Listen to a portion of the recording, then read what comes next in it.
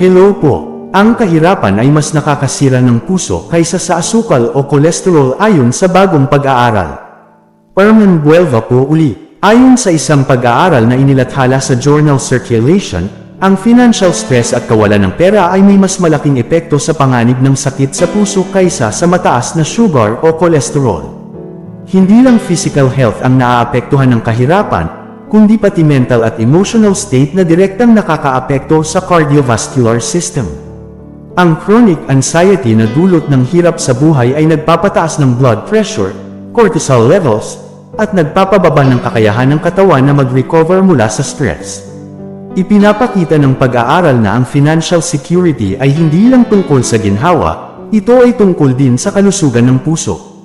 Isang paalala na ang social determinants of health ay may malaking papel sa ating physical well-being.